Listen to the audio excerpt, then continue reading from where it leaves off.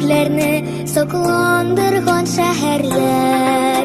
Bizning işin kadirlidir, Kazan degan gaherler. Kazanımın arşişmesi, bordur senin sirlerin. Uramlarımda ruhlanıp, yüregen tuğay kişlerin.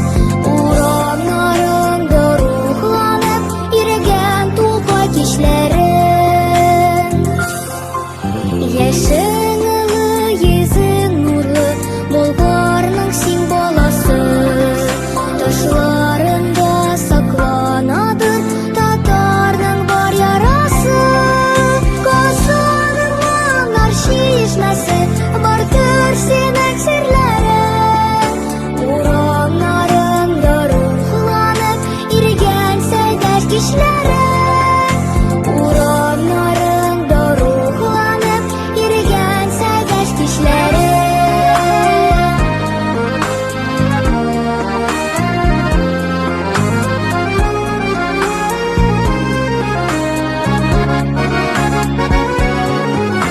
Milletle, sinsinetle, idilide tuğan kala. Azan ete bugün Kazan, azatlığa yol ala. Kazanımın arşişmesi, sirli hep dertli kala. Sinde tuğan jir şişmesi, bütün dünya aha.